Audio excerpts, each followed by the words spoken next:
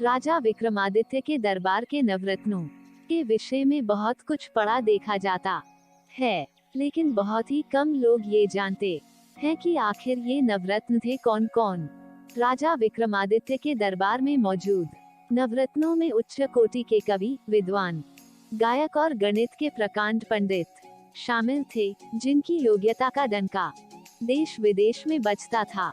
तो चलिए एक एक करके इनके बारे में जानते हैं। नंबर 1, धन्वंतरी। महाराजा विक्रमादित्य के नवरत्नों में इनका स्थान सबसे पहले बताया गया है। धन्वंतरी के द्वारा रचित 9 ग्रंथ हैं। वे सभी आयुर्वेद चिकित्सा शास्त्र से संबंधित हैं। चिकित्सा में ये बड़े सिद्ध हस्त थे। आज भी किसी वैद्य की प्रशंसा करनी हो तो उसकी धन्वंतरी से तुलना की जाती है। नंबर 2, क्षपणिक। जैसा कि इनके नाम से प्रतीत होता है, ये बौद्ध सन्यासी थे। इससे एक बात यह भी सिद्ध होती है कि प्राचीन काल में मंत्रत्व आजीविका का साधन नहीं था, अपितु जन कल्याण की भावना से मंत्र परिषद का गठन किया जाता था। यही कारण है कि सन्यासी भी मंत्रिमंडल के सदस्य होते थे। इन्होंने कुछ ग्रंथ लिखे जिनमें भिक्षाटन और नानार्थकोश ही उपलब्ध बताए जाते हैं। नंबर 3, अमर सिंह। अमर सिंह प्रकांड विद्वान थे। बोध गया के वर्तमान बुद्ध मंदिर से प्राप्य एक शिलालेख के आधार पर इनको उस मंदिर का निर्माता कहा जाता है। उनके अनेक ग्रंथों में एकमात्र अमरकोश ग्रंथ ऐसा है कि उसके आधार पर उनका यश अखंड है। संस्कृतज्ञों में एक उक्ति चरितार्थ है, जिसका अर्थ है अष्टाध्यायी पंडितों की माता है और अमरकोश पंडितों का पिता। अर्थात यदि कोई इन दोनों ग्रंथों को पढ़ ले तो वह महान पंडित बन जाता है। नंबर 4, शंकु। इनका पूरा नाम शंकुक है।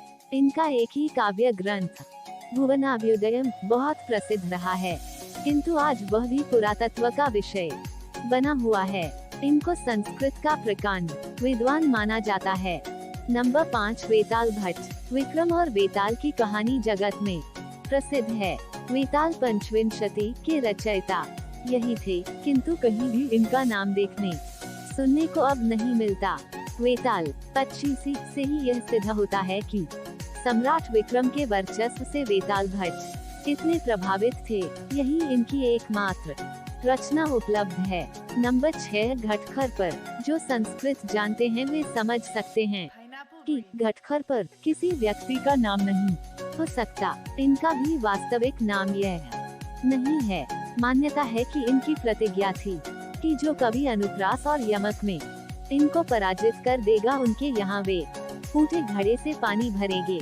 बस तब से ही इनका नाम घटखर पर प्रसिद्ध हो गया और वास्तविक नाम लुप्त हो गया। इनकी रचना का नाम भी घटखर पर काव्यम ही है। यमक और अनुप्रास का वह अनुपमेय ग्रंथ है। इनका एक अन्य ग्रंथ नीतिसार के नाम से भी जाना जाता है। नंबर 7, कालिदास। ऐसा कहा जाता है कि कालिदास सम्राट विक्रमादित्य के प्राणप्रिय कवि थे। उन्होंने भी अपने ग्रंथों में विक्रम के व्यक्तित्व का उज्जवल स्वरूप निरूपित किया है। कालिदास की कथा विचित्र है। कहा जाता है कि उनको देवी काली की कृपा से विद्या प्राप्त हुई थी, इसीलिए इनका नाम कालिदास पड़ गया।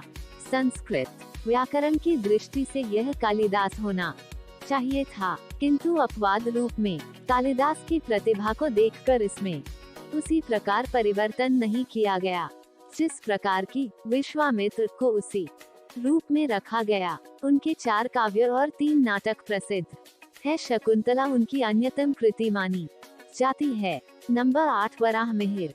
भारत के ज्योतिष शास्त्र इनसे गौरवास्पद हो गया है। इन्होंने अनेक ग्रंथों का प्रणयन किया है।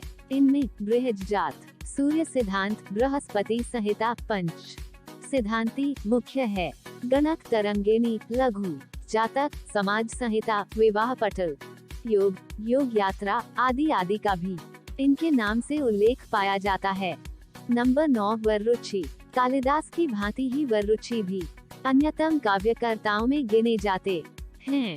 सदुक्तिकर नामृत, सुभाषितावली तथा शार्ंगधर संहिता इनकी रचनाओं में गिनी जाती हैं।